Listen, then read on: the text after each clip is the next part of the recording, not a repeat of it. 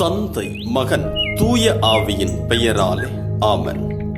தொடக்க நூல் 50:20. நீங்கள் எனக்கு தீமை செய்ய நினைத்தீர்கள், ஆனால் கடவுள் அதை இன்று நடந்தது போல் திரளான மக்களை உயிரோடு காக்கும் பொருட்டு நன்மையாக மாற்றிவிட்டார். அன்பார்ந்தவர்களே, யோசேப்புக்கு எப்படிப்பட்ட நிலையில் அவருடைய சகோதரர்கள் தீமை செய்தார்கள்? யோசேப்பு மிகவும் இளையவராக இருக்கிறார். அவருடைய சகோதரர்கள் எல்லாம் முதிர்ந்தவர்கள். இப்படி இளைய வயது எப்படி பாடுகளை தாங்கிக் கொள்ளும்? அனுபவமில்லாத வயது. இந்த வயதில் சகோதரர்கள் சேர்ந்து யோசேப்பிற்கு தீமை செய்கிறார்கள்.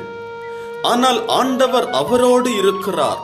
வலுவற்றவர்களோடு ஆண்டவர் இருக்கிறார்.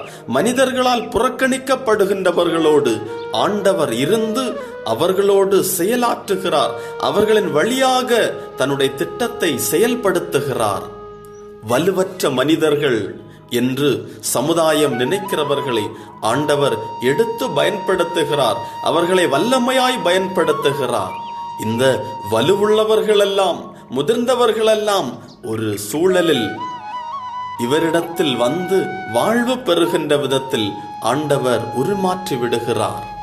பிரியமானவர்களே, நம்முடைய வாழ்வில் பல நேரங்களில் நாமும் கூட வலுவற்று தளர்ந்து போய் வாழ வழியின்றி இருப்போம். அந்த நிலைகளிலெல்லாம் ஆண்டவரை பற்றி கொள்ளுங்கள்.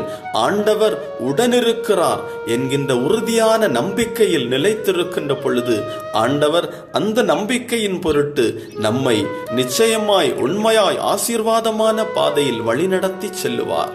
நம் வாழ்வை ஒப்புக் கொடுப்போம். ஜெபம். ஆண்டவரே, என்னை உமக்கு அர்ப்பணிக்கிறேன். என்னுடைய வலுவற்ற சூழலை நீர் அறிகிறீர். என்னுடைய தாழ்நிலையை, என்னுடைய இயலாமையை, என்னுடைய புறக்கணிக்கப்பட்ட சூழலை நீர் அறிந்து கொண்டிருக்கிறீர், தெரிந்திருக்கிறீர். ஆண்டவரே, என்னோடு இருக்கிறவர்கள் எல்லாம் பல நிலைகளில் உயர்ந்தவர்களாயிருக்கிறார்கள். ஆனால் நான் தாழ்ந்திருக்கிறேன்.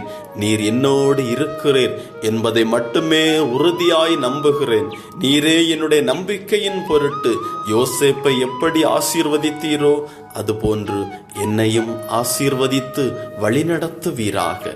என் வாழ்வை உமக்கு அர்ப்பணிக்கிறேன். ஆமென்.